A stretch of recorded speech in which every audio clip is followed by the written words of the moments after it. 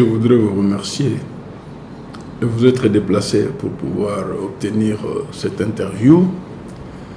Et je voudrais saisir aussi l'occasion pour dire qu'effectivement, la FECOFA a pris cette décision au terme d'examen et de consultation avec sa commission médicale qui est truffée de grands professeurs d'université et qui ont conclu que, ne maîtrisant pas les contours réels de cette pandémie et ne disposant pas des artifices sécuritaires efficients, il était inconcevable et irresponsable de continuer à organiser nos compétitions.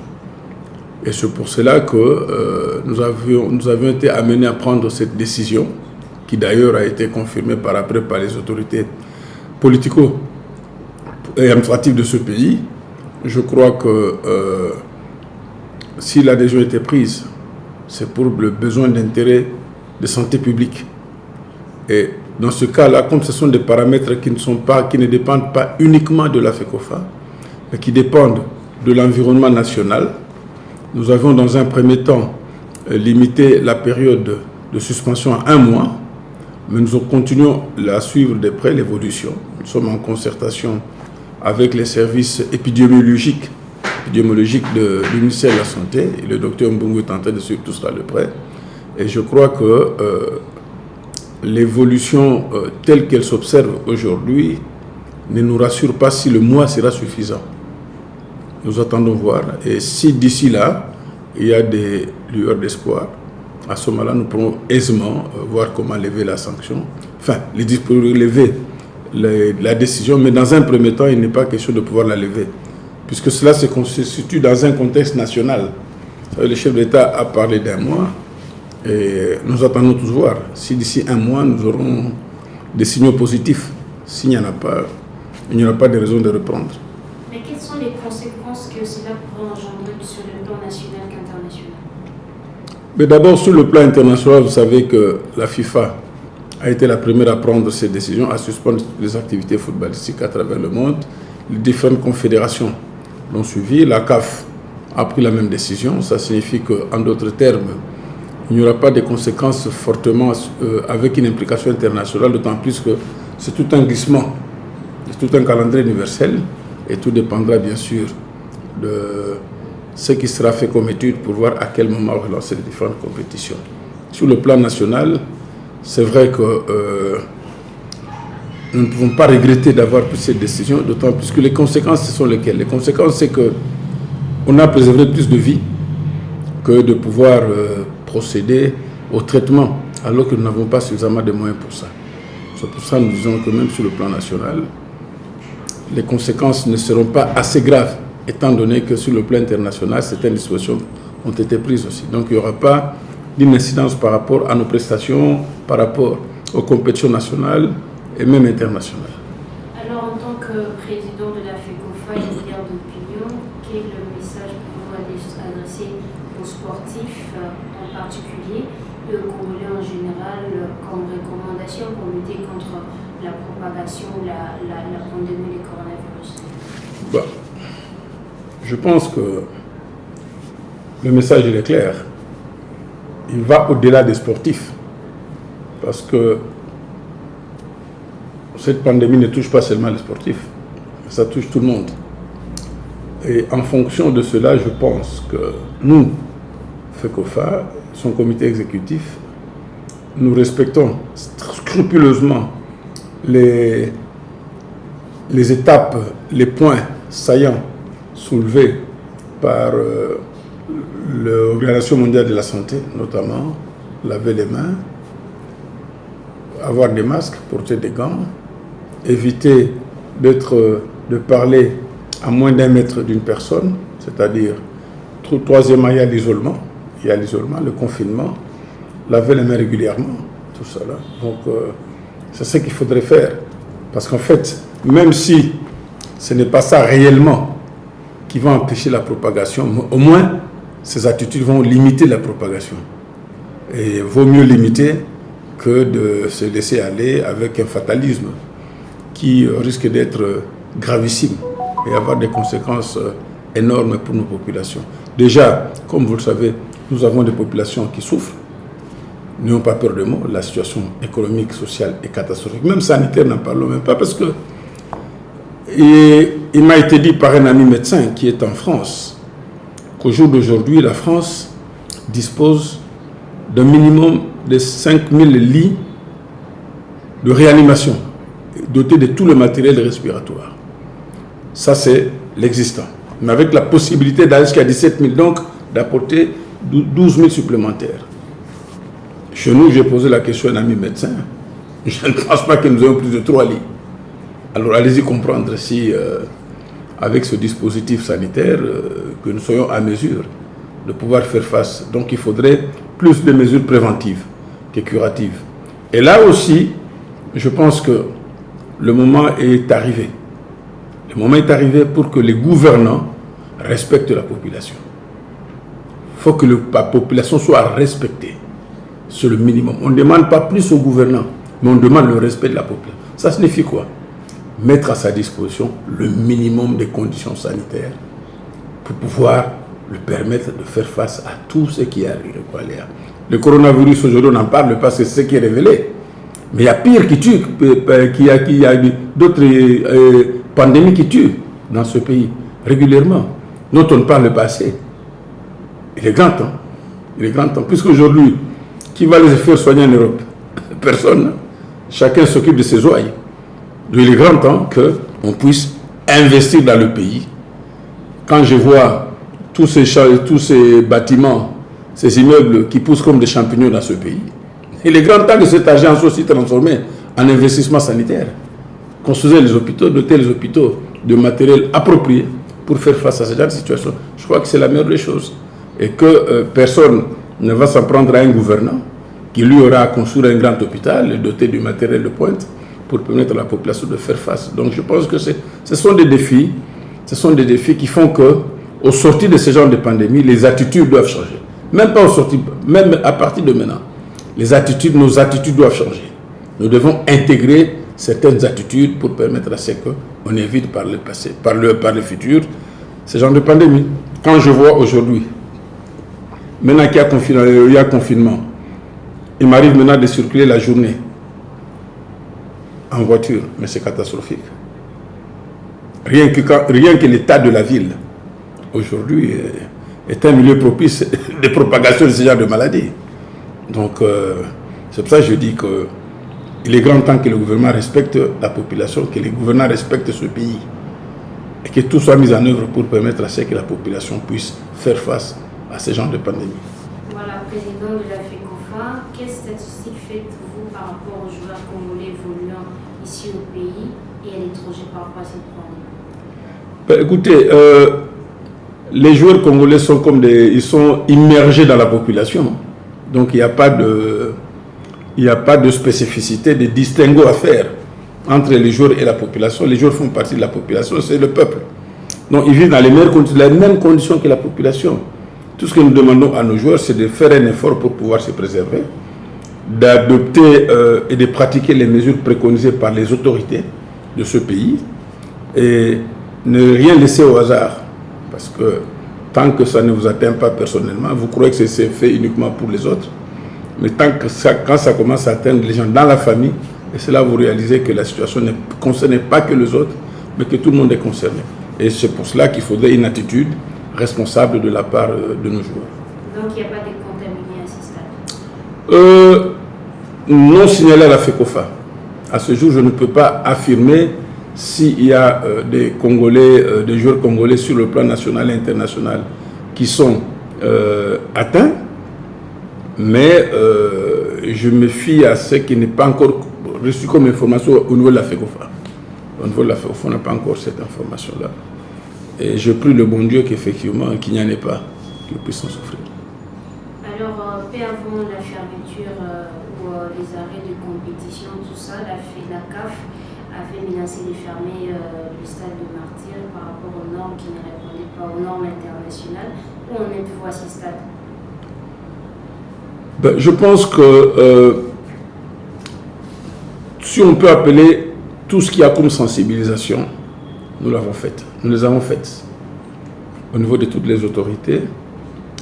Et comme on dit par moment que ce pays échappe souvent miraculeusement à certaines choses, il y a un sursis. Le coronavirus aujourd'hui constitue un sursis pour notre pays. Et je pense qu'il est grand temps qu'on puisse effectivement faire les travaux qui doivent se faire. Mais malheureusement, je ne sais pas si le gouvernement a la capacité financière, parce qu'au même moment, vous avez la pandémie, vous avez l'enseignement gratuit, vous avez des échauffourées encore à l'est et tout ça là, militaires, tout ça. Je ne sais pas comment les choses vont se passer, mais je pense qu'il faut saisir ce repli lié au coronavirus pour pouvoir effectivement réaliser ces travaux. J'ai ouï dire que certains fonds seraient déjà débloqués pour commencer déjà des travaux dans les vestiaires, ainsi de suite, tout ça là. Je trouverai un temps pour aller passer voir l'effectivité des travaux et la qualité des travaux réalisés. Mais si jamais la CAF venait à fermer le stade de Martin, pensez-vous que celui de Lubumbashi pourrait abriter des grandes compétitions à dimension internationale? Bon, à ce stade ici, celui de Lubumbashi, c'est celui de Mazembe. C'est le seul stade qui peut, au cas où le martyr était fermé, il n'y a que le stade de Mazembe qui pourrait abriter. Bien sûr que la contenance est limitée, 22 000 personnes, place assise, on n'a pas de choix. Contre mauvaise fortune, il faut faire bon cœur. Donc si cette décision tombait, on n'aura pas de choix que d'aller à Lubumbashi. Et pour besoin d'orgueil national, je me verrais mal l'entrée de négocier avec un collègue de l'étranger pour aller jouer notre match à l'extérieur. Il vaut mieux encore dans des conditions diminuées d'assistance, d'attendance, jouer chez nous que d'aller ailleurs. Mais à ce stade ici, je continue plus à interpeller les autorités politiques, le gouvernement, pour que quelque chose soit fait, pour éviter cela, parce que ça serait une honte incommensurable pour le pays. 2 345 000 km², 85 millions d'habitants, aucun stade standardisé d'une capacité de plus de 40 000 places. Je pense que ça serait l'une des grandes hontes qu'un pays après indépendant depuis 1960. Voilà. Alors, ça sera ma dernière question, peut-être un peu curieuse. Vous êtes deuxième vice-président de la CAF, c'est ça? Premier vice-président. De la CAF. Est-ce que vous avez les ambitions d'évoquer la tête de cette fédération? Madame, à ce stade ici, il ne faut pas parler d'ambition. À ce stade ici, j'accompagne le président qui m'a proposé au poste de premier vice-président. Je l'accompagne dans sa tâche de pouvoir exécuter les responsabilités qui sont les siennes pour le développement du football africain. Et je m'en tiens à cela. Je ne suis pas quelqu'un qui ait toujours eu des ambitions démesurées ou quoi que ce soit. Ce n'est pas ma carrière, ça. C'est pas ma culture ni ma carrière. Je suis quelqu'un, je fais ce que je dois faire. L'essentiel, c'est de servir le football africain où je me situe aujourd'hui, comme premier vice-président, et être loyal et sincère en collaboration avec le président. C'est ça la chose la plus importante. Et si jamais ça devait arriver, quelles seraient les premières actions? Écoutez, il n'y a que le bon Dieu qui le sait. Moi, je ne sais rien. Moi, je ne suis pas un devin, encore moins un prophète. Mais je me limite à ce que je connais aujourd'hui et ce que je planifie. Étant encore vivant, étant encore premier vice-président, c'est aider le président de la CAF, l'accompagner dans sa tâche de pouvoir développer le football africain. Alors, vous allez passer votre message de l'affaire en deux volets, en l'une de langue nationale et puis en français. Bon, en lingala, je peux le dire, mais pas trop loin encore. Bandeko ba bolingo, Bayemboka bana ya Congo, bilenge basipe mibali. Na mokolo ya lelo, mboka na biso kaka yango moko te, mais mokili mobimba. Toza kobunda na virus babengi coronavirus. Oyo eza kokipe mokolo te mwana te, mopaya te, mobola te, pe moto ya mbongo te. Eza ko frapper, eza kozwa batu nyonso. Batu nyonso. Ozala mokonzi, ozala mwana moke, ozala moto ya nzela, moto nyonso azali exposé na coronavirus. Yango bakonzi ya mboka bazwaki mwa mikano ya koyebisa biso tovanda na bandako, tosukola maboko, tolata ba masque, bagan, kosolola mutu il faut moi mettre moko minimum ba yepsi so makambo esengeli to sala pour to éviter na banzi biso nyonso faut to sala makasi to respecter ba décision wana ya bakonzi ya mboka to yebi ke mboka na biso na poko so ebele to yebi ke ba hôpitaux ya malonga eza na ngote ki si pe soko ke na pharmacie lelo le bezalaki $5 lelo comme $20 le na $25 $35 noti otuna batu so chloroquine ezali ezomona susute ezomona suna nchasate pe oyo komona na motu eza robutana tango na tango eni koloba boye to sala angele pe to sala makasi to kanisate que mutu na mutu mokonzi na mokonzi oleka na ndako ya mutu po yebisa yo ko sala boite basi ba yebisi biso ma nyonso balobaki to sala makasi po makambo oyo eza kotala kingani te mutu boite eza biso nyonso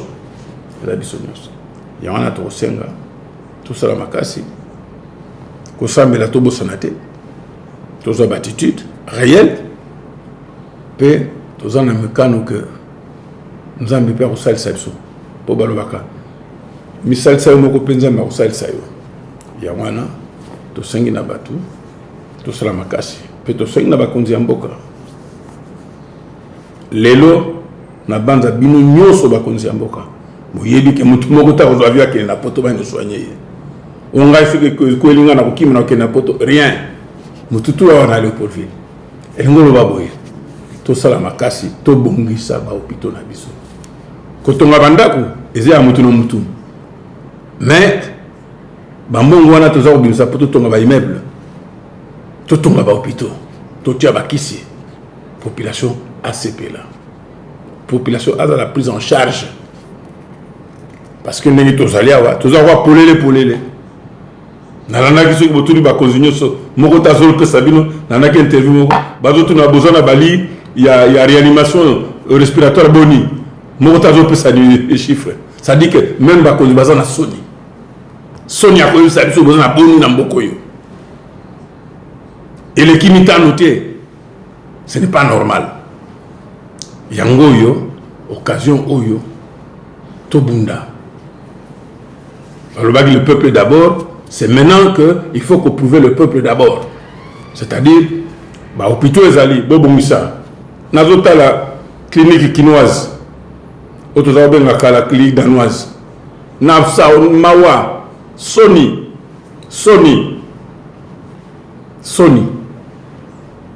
Tous incapables de rejoindre un bongisa ndakona. Totia ba unité spécialisée kuna.